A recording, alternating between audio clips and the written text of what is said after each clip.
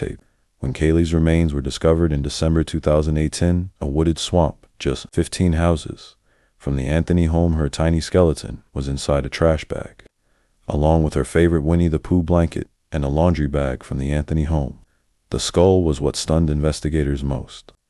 Wrapped around the mouth and jawbone were 3 pieces of duct tape, overlapping in such a way that, if applied while Kaylee was alive, they would have completely obstructed her breathing.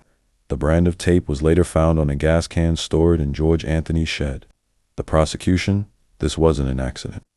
This was intentional, cold, methodical. They faced the problem. No cause of death. The body was too decomposed to determine whether Kaylee had died from suffocation, drug overdose, or trauma. The medical examiner, Dr. Jan Garavaglia, ruled the death a homicide, but the means were undetermined. The lack of cause became the defense's wedge.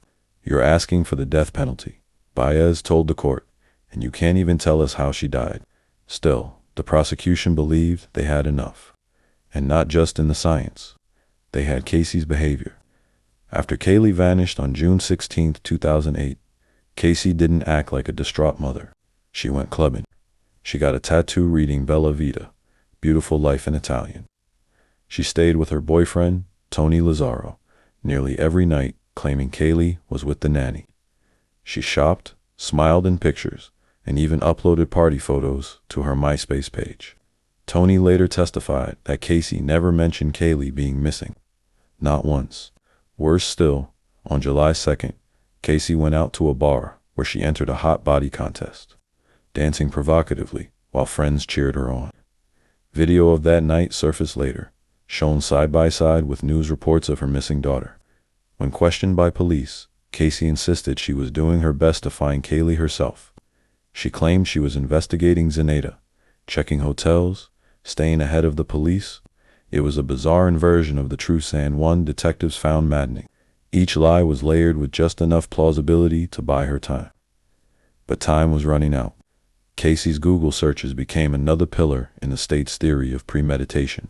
On March 17, 2008, 3 months before Kaylee disappeared, someone used the Anthony family's home computer to search for how to make chloroform, breaking necks, missing children, internal bleeding, household weapons.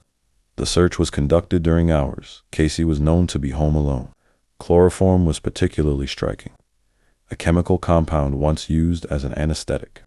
It had long since been abandoned for medical use due to its dangerous side effects, including death by respiratory failure. Prosecutors theorized that Casey had used chloroform to sedate her daughter, then smothered